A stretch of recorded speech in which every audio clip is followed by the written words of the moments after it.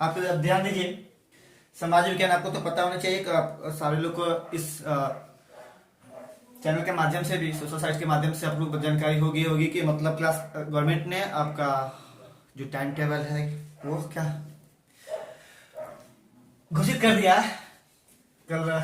तो कल दिनांक था आपका 9 डेट को गवर्नमेंट ने 9 डेट को ही क्या कर गवर्नमेंट ने टाइम टेबल घोषित कर दिया था। तो अब बहुत सारे बच्चे तो जो थे पढ़ने वाले बच्चे हैं, जो काफी महीने से मेहनत कर रहे हैं, तो जाहिर सी बात है को अच्छे मार्क्स ला सकते हैं और भी अच्छे से इसको पढ़ेंगे तो मुझे पक्का विश्वास है कि ये अच्छे मार्क्स पढ़कर आ सकते हैं, क्योंकि ये जितने भी मैं क्वेश्चन करा रहा हूँ वो आपके एग्जाम में आने वाले प्रश्न हैं। एग्जाम में आने वाले प्रश्न हैं। दिमाग में जो बच्चे नहीं तैयारी किए हैं तो उनके लिए एकमात्र विकल्प संघर्ष जीएसी है, जहां पे यहाँ बच्चे अपना अच्छे से पढ़कर अच्छे मार्क्स ला सकते हैं, क्योंकि मेन जो है वही टॉपिक्स दिया जाता है, छोटी छोटी बात मोटी बातें। अब ध्यान दीजिए, आपका 10 बहुविकल्पीय प्रश्न पिछली वीडियो में आपको बता दिया गया है। उससे 10 के आगे 11वां वीडियो चलता हूं। अगला इसका क्वेश्चन है, कह रहा है कि निम्न में से आधारभूत उद्योग कौन सा है। निम्न में से आधारभूत उद्योग कौन सा। जाहिर से बात है आधारभूत में होता है कि जैसे भारत था, भारत का आधारभूत क्या था, तो सबसे ज्यादा भारत में पाया जाता है लोहा और इस्पात भी पाया जाता है। तो निम्न में से आधारभूत उद्योग कौन सा है, तो वो आपका क्या है, लोहा और इस्पात, यानी कि आयरन एंड स्टील। तो ये हो गया लोहा, क्या हो गया, लोहा और इस्पात। ठीक है, इस्पात। ठीक, ये 11 नंबर का कि आधारभूत उद्योग लोहा और इस्पात होता है। अब कह रहा है कि भारत में करेंसी नोट जारी करने का एकाधिकार किसे प्राप्त है।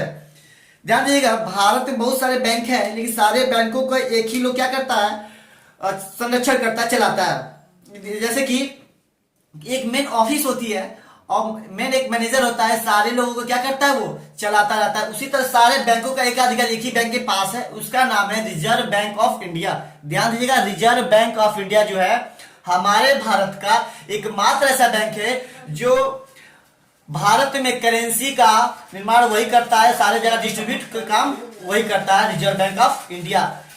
तो भारत में करेंसी पूछा है तो भारतीय बताइएगा, क्या नाम है उसका, रिजर्व बैंक ऑफ इंडिया। क्या है, reserve bank of India. Reserve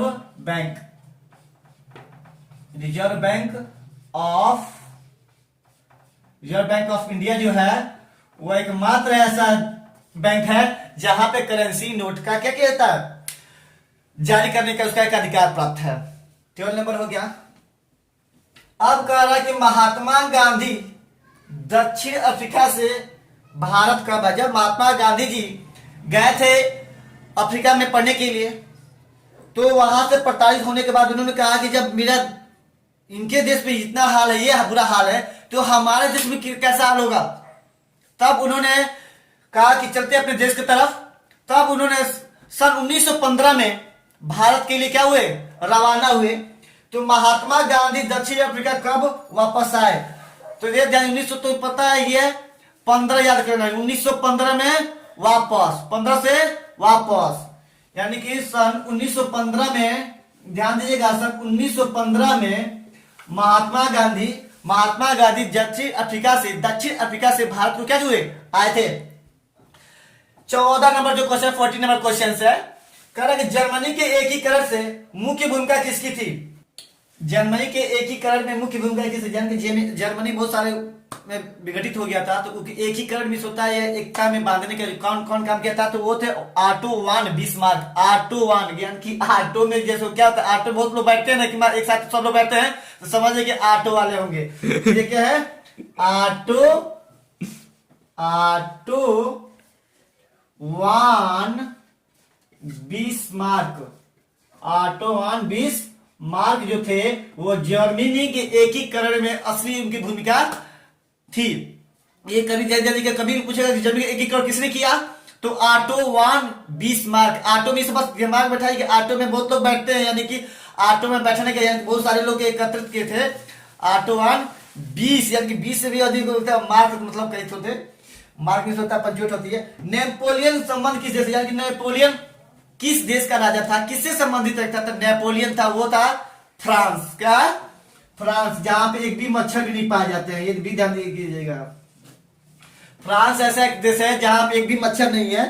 तो नेपोलियन का संबंध किस देश से है? तो नेपोलियन का संबंध फ्रांस से है। ठीक है, कि लिखित में से कौन सा राज्य नहीं है, कौन सा संघीय राज्य नहीं आएगा आप तो, यानी कि उसमें जो दिल्ली है क्या होता है? संघीय राज्य नहीं है, क्योंकि केंद्र शासित प्रदेश है। तो दिल्ली जो होगा, दिल्ली का यह ज्यादा समय आता है, या चंडीगढ़ भी दे देगा, चंडीगढ़ भी दे देता है, या दिल्ली दे, ये दो ज्यादा अधिकतर देता है। तो दिल्ली और चंडीगढ़ जो है संघीय राज्य नहीं होते हैं, चंडीगढ़ तो दोनों में डाल दिया जाता है। अब करेंगे भारत में लोकतंत्र की स्थापना, सॉरी नेपाल में लोकतंत्र की स्थापना कब हुई? यानी कि नेपाल जो है, नेपाल में लोकतंत्र की स्थापना कब हुई? तो वो था 2006 में ही नेपाल का क्या हुआ था? लोकतंत्र, यानी कि चुनाव कराया गया था सारे मतों द्वारा। तो वो था 2006, यानी कि 2006 ईस्वी में लोकतंत्र, नेपाल में लोकतंत्र क्या होता? स्थापना हुआ था। अब कहेंगे सलाल बांध किस नदी पर स्थित? सलाल बांध किस नदी पर स्थित है? तो सलाल बांध जो है वो है चिनाव। कौन सा है? चिनाव नदी पर, चिनाव नदी पर सलाल बांध का क्या किया गया? निर्माण किया गया है। तो जो पानी का कलेक्ट किया जाता है बांध में। भारत में पवन ऊर्जा का विशाल केंद्र कहाँ स्थित है? भारत में पवन ऊर्जा आप देखे होंगे, थ्री एरो में रहता है, जैसे पंखा हम लोग रहता है, इसी तरह एक खंबे के द्वारा उस पवन चक्की को लगाया जाता है। तो पवन ऊर्जा के निर्माण का विशाल केंद्र कहाँ पे है? तो वो है आपका उत्तराखंड। कहाँ है? उत्तराखंड में पवन ऊर्जा का विशाल केंद्र को क्या किया गया है? बनाया गया है उत्तराखंड में। लास्ट जो है सुंदरवन राष्ट्रीय पार्क किस राज्य में स्थित है? सुंदरवन किस राज्य में है? तो वो है आपका पश्चिम बंगाल, जहां विक्टोरिया महल भी है। और विक्टोरिया महल भी है। सुंदरवन को डेल्टा कहां बनाता है? तो वो ब्रह्मपुत्र नदी बनाती है। दिमाग में बैठा है, सुंदरवन जो डेल्टा बनाता है कौन सी नदी बनाती है? तो ब्रह्मपुत्र मिलकर बनाती है। तो पहले तो ये आता है कि सुंदरवन राष्ट्रीय पार्क, जब पार्क पूछेगा, जब जहां पार्क के बारे में पूछेगा तो वहां पे प से पार्क, तो प से पश्चिम बंगाल डाल दीजिएगा। जब कभी भी पूछेगा कि सुंदरवन राष्ट्रीय पार्क, तो पश्चिम बंगाल में ध्यान दीजिएगा। सुंदरवन राष्ट्रीय पार्क भी है, विक्टोरिया मॉल भी है, हावड़ा ब्रिज भी है। ठीक है, इस तरह ये 20 टोटल, अभी तो 20 क्वेश्चन हुए। अभी और वैकल्पिक प्रश्न कराए जाएंगे, क्योंकि गवर्नमेंट द्वारा इस बार पैटर्न को बदल दिया गया है। क्योंकि वैकल्पिक जो प्रश्न होंगे वो 20 नंबर के पूछे जाएंगे, जिसमें से कि आपको ध्यान दीजिएगा, थ्योरी में आप पूरा करके लाएंगे। 5 नंबर क्वेश्चन है, पूरा किया है तो आप उसमें पूरा नंबर नहीं मिलते हैं पूरा नंबर नहीं मिलते हैं, क्योंकि इसमें से आप थोड़ा सा वर्ड हैंडराइटिंग मिस्टेक करते हैं, इस वजह से नंबर काट दिया जाता है। तो 4, 4.5 पूरा अच्छी सीधी अच्छी सुंदर करेक्ट दिखते हैं, तब 4, 4.5 होता है। अगर उसमें मिस्टेक किए होते तो आपको 3 या 2.5 नंबर मिल जाते हैं। लेकिन ये जो वैकल्पिक प्रश्न है, इसमें दिमाग में बैठा लीजिएगा कि इसमें से पॉइंट समझिए कि 0.001 भी इसमें से नंबर नहीं कटता है। इसलिए वैकल्पिक प्रश्न जितना हो सके उतना आप करेक्ट करने के लिए ट्राई कीजिएगा, मेहनत कीजिए। क्यों नहीं होगा? इतना हम लोग मेहनत करें, आपके लिए मेहनत, आप भी मेहनत कीजिए के पास, जिसके लिए आप आए हैं, जिसके लिए आप तैयारी करें वो कीजिए, जो आपका मुकाम है उद्देश्य उसको पाइए। हम आपसे ये रिक्वेस्ट करते हैं कि मेहनत कीजिए कि आपकी लाइफ में आप कुछ नहीं है, बस पढ़ाई को माइंड माने रखिए। नहीं तो कि बस कुछ ही दिन रह गए हैं आपके इस एग्जाम के लिए। 16 फरवरी से आपकी एग्जाम स्टार्ट हो गई है। दूसरी बात की 3 मास तक हाई स्कूल एग्जाम चलेगा। और इस ध्यान दीजिए, जहां हम लोग मेहनत रात भर जाकर इस क्वेश्चन को टॉपिक को बनाना पड़ता है, क्वेश्चन बनाना पड़ता है आपके लिए। बस आपको तो मैं रिक्वेस्ट करता हूं कि आप इस चैनल संघर्ष जीएस को, इस चैनल को जितना अपने दोस्तों में शेयर कीजिए, अच्छे से वर्ल्ड मार्क्स ला सके। लाइक कीजिए और ग्रुप के पहली बार आए हैं तो इसको सब्सक्राइब कीजिए, बेल आइकन दबाइए, लाइक कीजिए, शेयर कीजिए। That's all, thanks.